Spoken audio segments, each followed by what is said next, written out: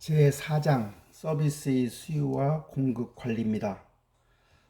이번 장에서 첫 번째는 서비스 수요와 공급에 대한 이해를 하고, 두 번째는 서비스에 대한 수요 예측, 세 번째는 서비스 수요 관리 전략, 마지막으로 서비스 공급 관리 전략에 대해서 학습하겠습니다. 첫 번째, 서비스 수요와 공급에 대한 이해입니다. 서비스 수요 공급 관리의 문제는 다음과 같습니다. 첫 번째, 최대 가용 능력을 초과하는 수요가 발생하면 영업 기회가 상실되거나 또는 고객 상실 위험이 상존하게 됩니다. 두 번째는 최적 공급 능력은 초과하지만 최대 가용 능력에 미달하는 수요가 발생하면 당초 약속한 양질의 서비스를 혼잡하기 때문에 제공하는 데 한계가 있게 됩니다. 세 번째는 최적 공급 능력에 일치하는 수요입니다. 이 상태가 가장 이상적인 수요 상태이고, 바로 수요와 공급이 균형 상태, 즉 밸런스 상태가 이루어지는 겁니다. 네 번째는 최적 공급 능력에 미달하는 수요가 적다는 얘기죠. 그렇게 되면 그 조직에서 현재의 인력이나 조직의 설비나 장비가 유효화, 놀게 되기 때문에 결국은 자원의 낭비 상황을 가지게 됩니다. 이렇게 놀게 되면, 유효화가 발생하면 오히려 조직의 종업원들은 낮은 보상을 줄 수밖에 없기 때문에 장기로 이어지면 사기가 저하될 수가 있습니다. 그래서 우리가 서비스의 품질, 즉 서비스의 질과 결국은 수익성이 악화의 악순환을 가집니다. 이 상황을 여러분들이 음식점하고 비교해보면, 음식점에 손님이 너무 많은 경우는 손님이 왔다가 결국은 손님이 떠나게 되니까 첫 번째 영업 기회나 고객 상실의 위험이 발생하는 것이고, 그렇다고 해서 최적 공급 능력을 초과해서 너무 손님이 많으면 당초에 약속한 양질의 서비스를 제공하는데 한계가 있을 것이고, 적절한 정도의 최적 공급 능력이 일치하는 수요가 발생하는 식당의 경우는 가장 그 이상적인 수요 상태로서 균형 상태가 되는 것이고, 손님이 너무 없는 그 식당에 가게 되면 결국은 종업원들이 어떤 충분한 보상을 받지 못하기 때문에 사기가 저하되고, 결국은 그 시설, 식당 안에 설치된 여러 가지 설비나 인력이 유효화가 발생하는 상태가 되죠. 그래서 이것을 그림으로 표시한 게 그림 4-1입니다. 그래서 저 그림의 가장 위에 나와 있는 최대 가용 능력을 초과하는 그 봉우리 두 개가 결국은 영업 기회가 상실된, 고객이 떠나는 상태가 되는 것이고, 가운데 있는 최적 공급 능력에 일치하는 굵은 선에 위치해 있을 때가 가장 이상적인 상태가 된다는 이야기가 되겠습니다.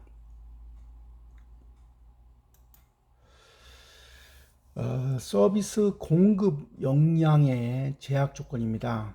서비스 공급 역량에 제약이 되는 요소는 네 가지입니다. 첫 번째는 시간입니다.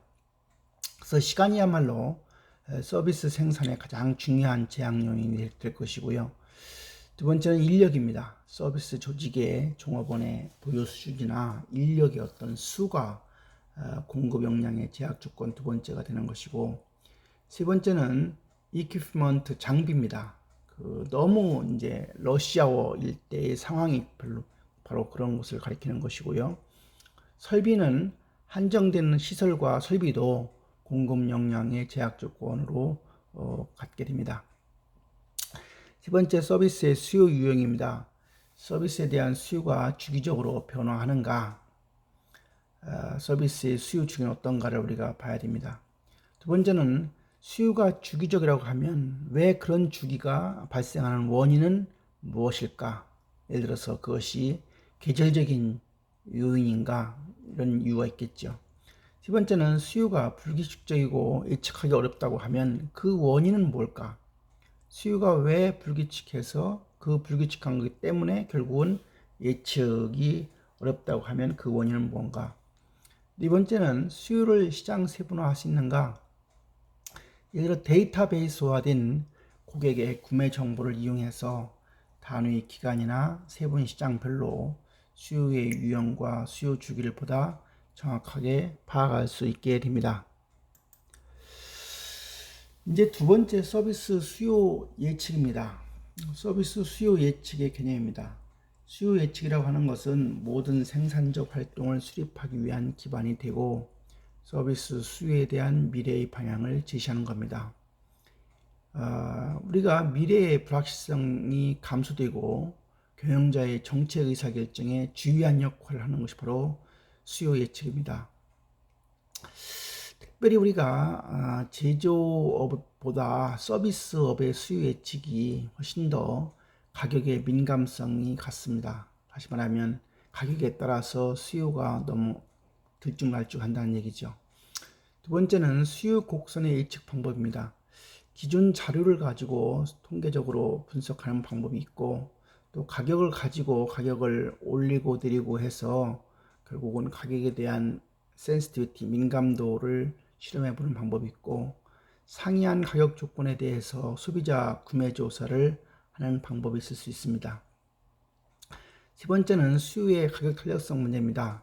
가격 변화의 크기와 방향에 따라서 좌우되는 것을 얘기하는 건데 예를 들어서 가격 탄력성이 낮은 조건인 경우는 대체품이 없는 경우가 가격 탄력성이 낮고 구매 습관의 변화가 느린 경우가 가격 탄력성이 낮다고 볼 수가 있습니다.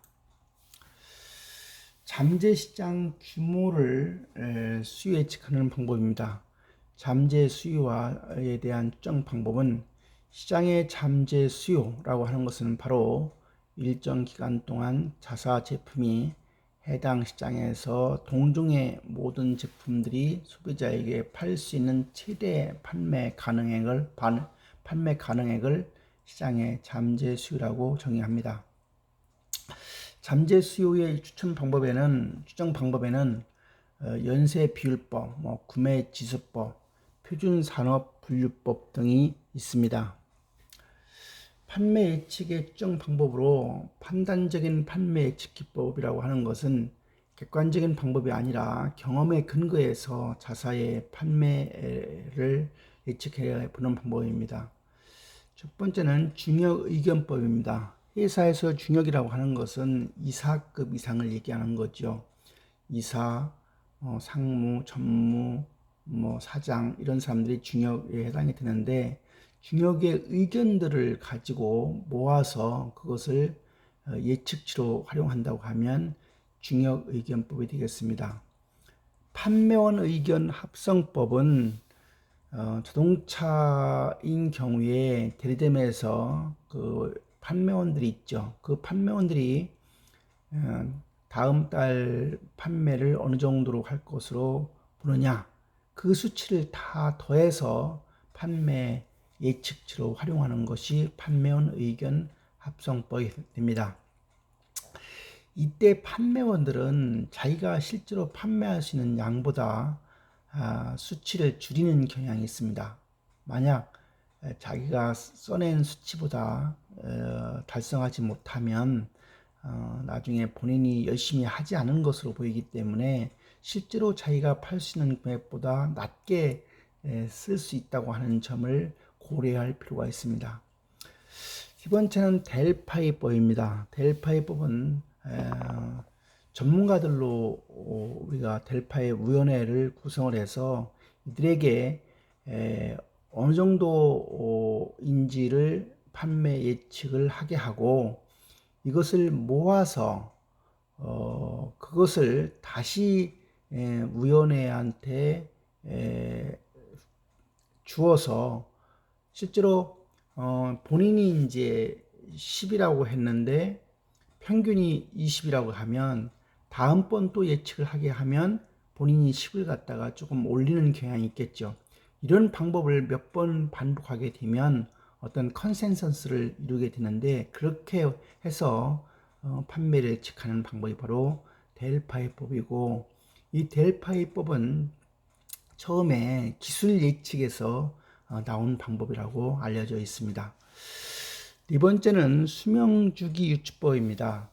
모든 제품은 수명주기 PLC 사이클을 그리게 되지요. 다시 말하면 제품이 처음 만들어지는 도입기, 그 다음에 성장기, 성숙기, 세특기라 하는 일반적인 4단계를 거치게 되는데, 그 제품이 나와서 그런 과정을 겪는 과정을 잘 연구해 보면 그 유사한 제품이 나왔을 때도 그러한 유사한 패턴을 그릴 것으로 보아서, 그런 방법을 통해 가지고 수명 주기라고 하는 걸 통해서 판매를 예측하는 방법이 바로 수명 주기 유추법이 되겠습니다.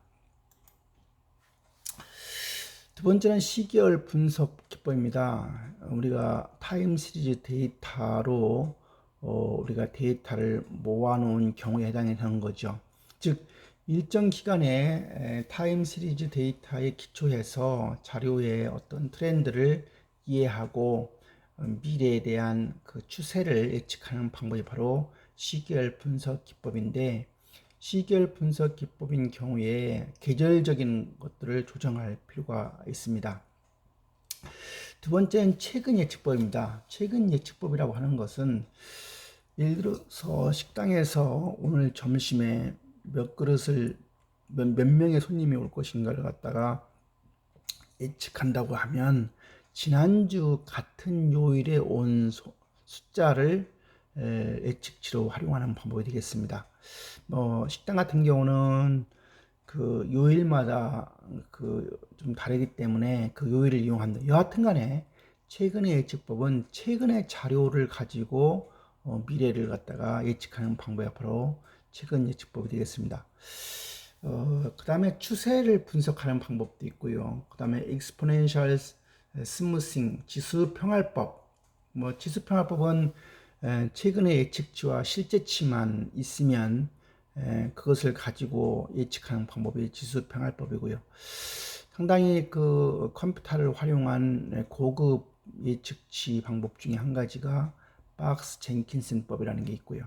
이거 이외에 시계열 확산 모델이라고 하는 것도 있습니다. 세 번째는 인과관계 분석 기법입니다. 종속 변수인 판매액에 영향을 미치는 여러 독립 변수들을 찾아내서 이들과 판매액 간의 통계적인 관계를 규명함으로써 미래에 실현될 판매액을 예측하는 건데, 예를 들면 한 가정에서 전력 사용량에 영향을 미치는 독립 변수를 찾아보면 여러 가지가 있겠죠. 가족 구성원의 수도 영향을 미칠 수 있을 것 같기도 하고, 그 가정에 가지고 있는 여러 가지 그 전열 관련된 냉장고 같은 그런 그 설비들도 영향을 미칠 것 같은 생각이 들고, 소득 수준도 영향을 미칠 것 같은 생각이 들고, 또 그 어떤 아파트라고 하면 아파트 평수도 영향을 미칠 것 같은 생각이 드는데, 여러 가지 변수를 쓰는 것도 두 개 이상을 쓰면 결국은 중회기 분석이 되는데, 딱 하나만 잡는다고 하면 아파트라고 하면 아파트 평수가 사실은 전력 사용에 가장 영향을 많이 미치기 때문에, 여러 가지 독립 변수 중에서 가장 영향을 많이 미치는 변수를 가지고 예측하는 방법이 되겠습니다. 그 중에서 이제 회귀 분석법은 단순 회귀 분석법, 중회귀 분석법, 다중 회귀 분석법이 있는데, 독립 변수가 하나이면 단순 회귀 분석이고, 독립 변수를 두 개를 가지고 예측하면 중회귀 분석이고, 두 개 이상, 세 개, 네 개 이렇게 되면 다중 회귀 분석법이라는 게 있었죠. 그 다음에 두 번째는 구매 의도를 조사하는 방법이 있겠습니다. 당신 앞으로 개월 이내에 컴퓨터를 구입할 의사가 있습니까? 라는 하는 어떤 구매 의도를 조사해서 예측치를 찾아낼 수도 있겠습니다. 다음은 수요 예측의 정확성 및 예측 기법의 선정입니다. 수요 예측의 정확성입니다. 시장이나 제품이나 기업 조직 등 판매 예측과 관련된 모든 요소를 고려할 필요가 있습니다.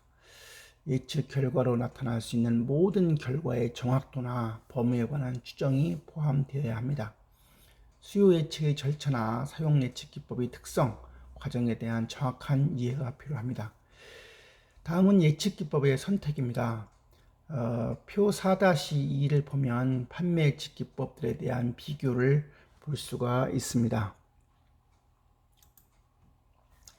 그래서 예를 들어서 중역의견법인 경우는 적절한 제품 수명 주기 단계에서는 어느 단계나 다 중역의견법을 적용할 수 있을 것이고요.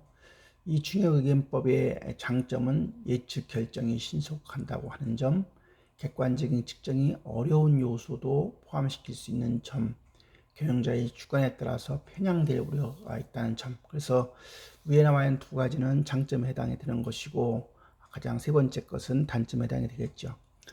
판매원 의견 합성법은 주로 시간대가 단기에 해당하는 기법이고, 수명 주기상에서는 도입기, 성장기, 성숙기, 쇠퇴기 어느 단계나 다 가능하고, 판매원들이 동기에 따라서 예측이 과대, 과소 평가될 가능성이 있는 것이 단점이 되겠습니다.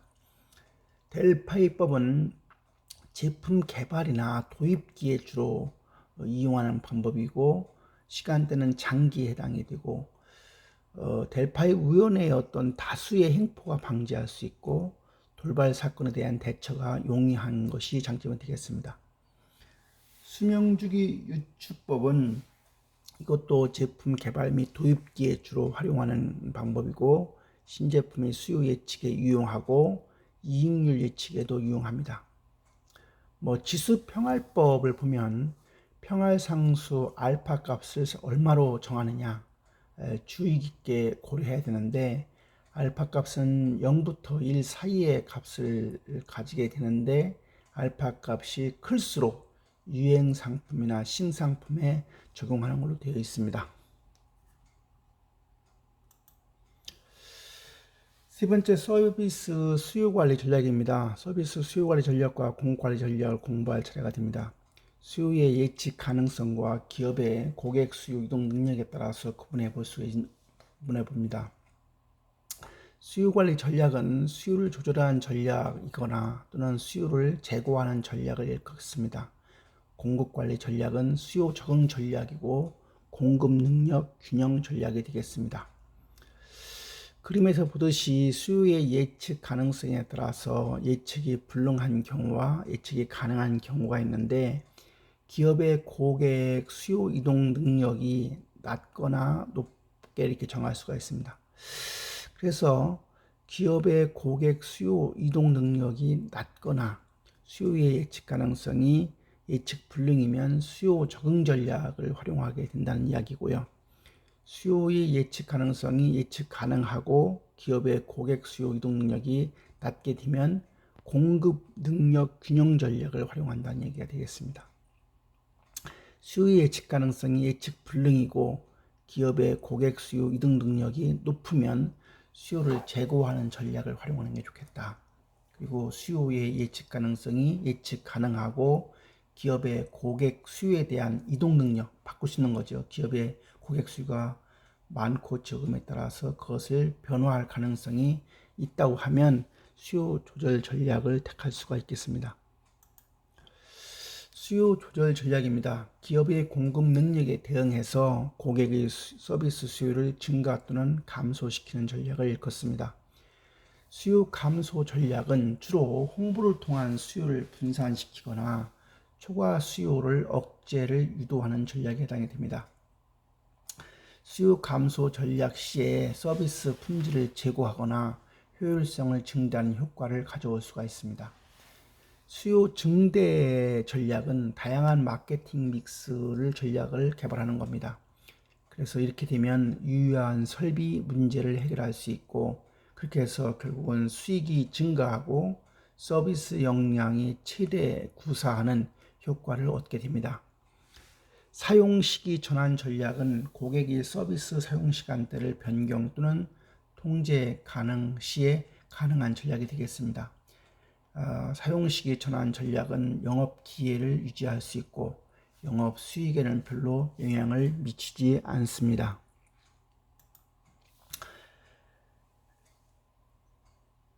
네 번째, 서비스 수요 예측 및 수요 관리 전략입니다. 수요 조절 전략입니다. 수요 조절 전략 중에 첫 번째가 가격 전략입니다.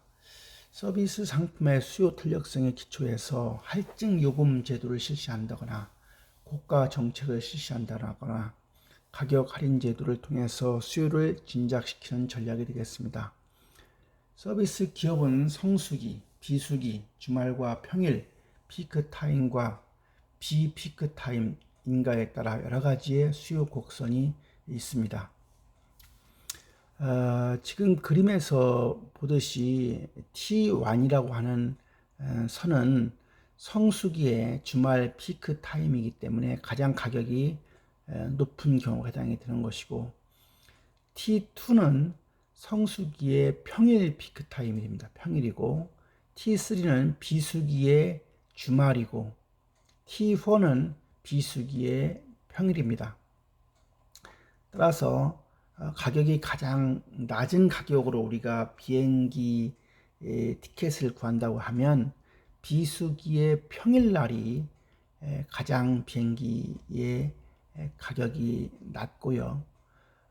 비수기의 주말인 경우는 당연히 평일보다는 높겠죠. 그러나 비행기의 가장 높은 그 운임은 결국은 성수기의 주말임을 우리는 알 수 있습니다. 서비스 상품의 다양합니다. 서비스의 경우에 물리적 제품만큼 가격으로 수요를 조절하기가 어려운 특징이 있습니다. 서비스 제공자들은 계절의 변화에 따라서 제공되는 상품을 수정하거나 또는 개발해서 수요를 창출해야 합니다.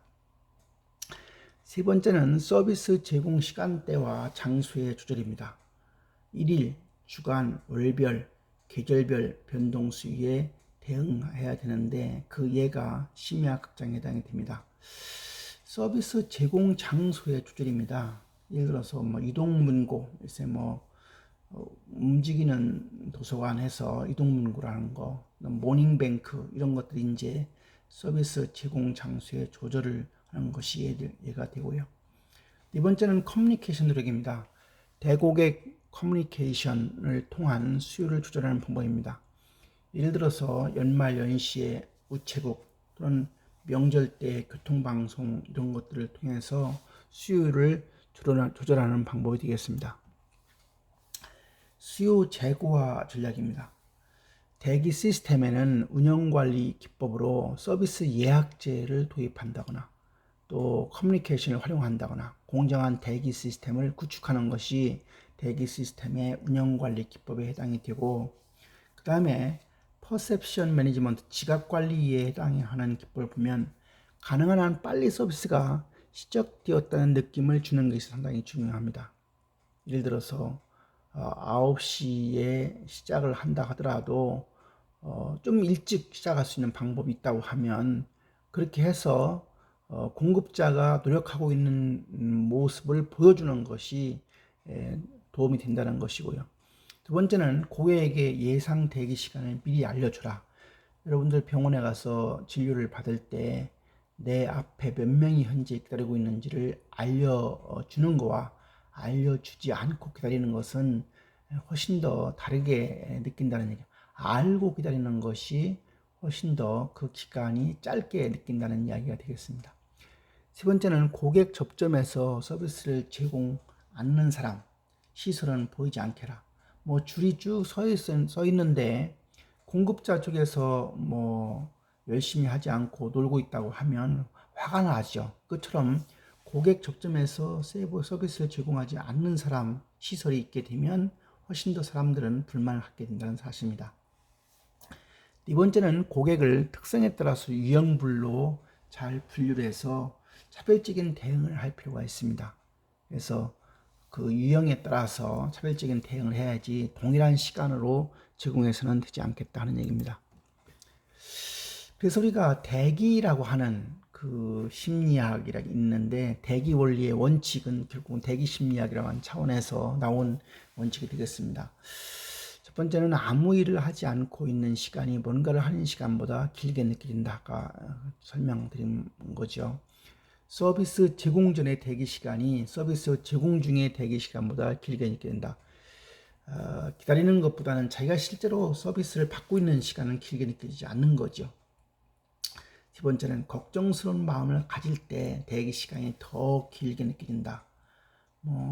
여러 가지 어떤 위험한 수술을 하고 있을 때 그 기다리는 마음, 그 걱정하는 시간이 1시간이라 하더라도 그것이 며칠인 것처럼 길게 느껴진 경험이 있을 텐데 그런 것이 해당이 되겠습니다.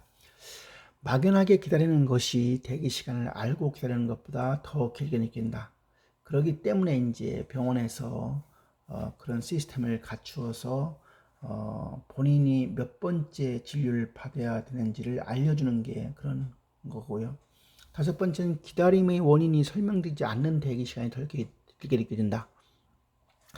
비행기를 타고 오다가 그 착륙을 해야 되는데 착륙하지 않고 비행기가 계속 공중에 떠 있으면 무진장 불안하게 느껴지는데 그때 그 기장이 방송을 통해서 지금 공중에 떠 있는 이유가 뭔지를 설명을 해주면 훨씬 더 불안하게 느끼지 않는다는 이야기죠. 여섯 번째는 끼어들기 등 불공정할 때 대기 시간이 더 길게 느껴진다. 여러분 자동차 운전할 때 그런 상황을 아마 접했을 거라서 생각이 듭니다. 일곱 번째는 대량 구매나 가치가 높은 서비스일수록 더 오래 기다릴 것이다. 대량 구매를 하기 위해서 우리가 먼 그 큰 마트에 가는 경우가 있는데 거기에 해당이 됩니다.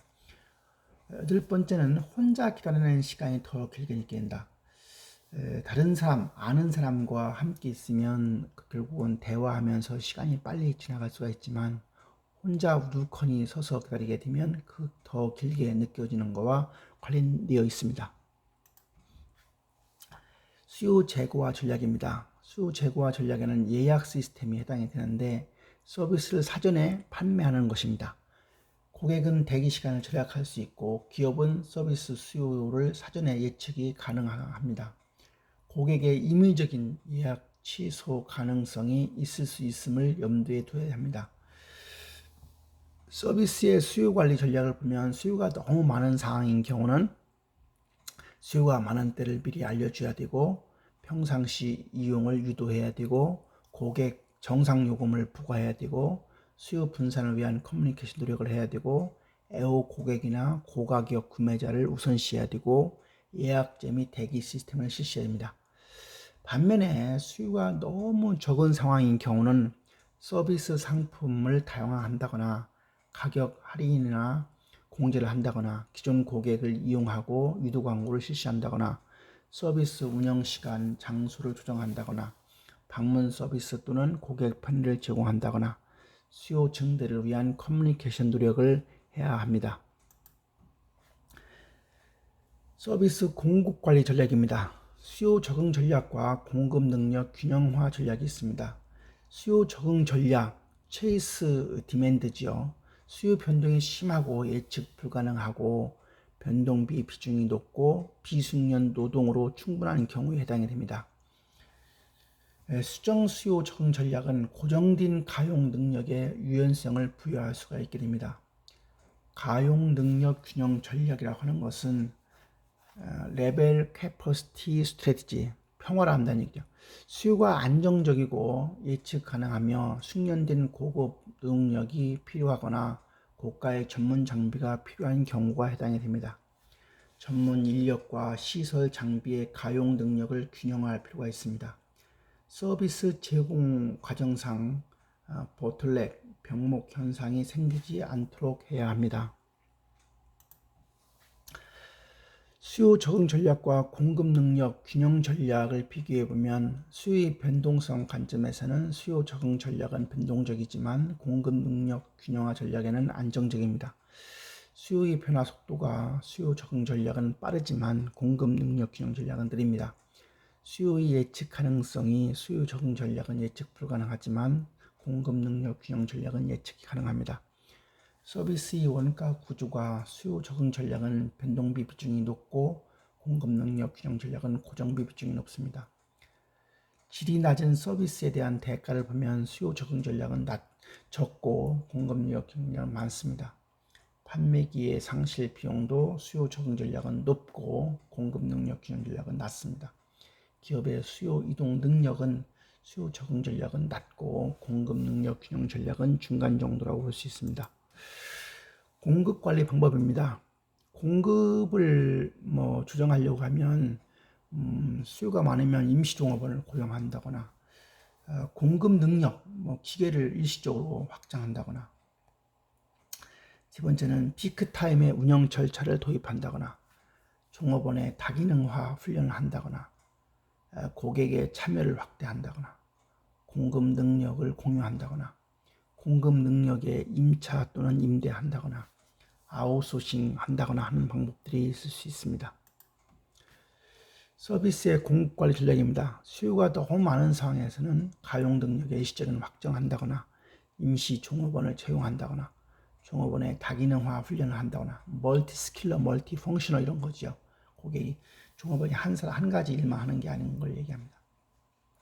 고객이 참여를 확대한다거나 피크타임 운영 절차를 도입한다거나 가용 능력을 공유한다거나 가용 능력을 임차한다거나 또는 아웃소싱하는 것이 바로 수요에 더 많은 상황에서 할 수 있는 방법이고 수요가 너무 적은 상황에서는 시설 장비의 유지 관리 및 개보수를 한다거나 그 기간에 이제 수요가 적으니까 종업원 교육 훈련을 시킨다거나 종업원 휴가를 보낸다거나 가용 능력을 임대한다거나 종업원을 감원한다거나 과잉 설비를 매각한다거나 서비스 상품 개량 또는 개발을 하는 것이 예가 되겠습니다.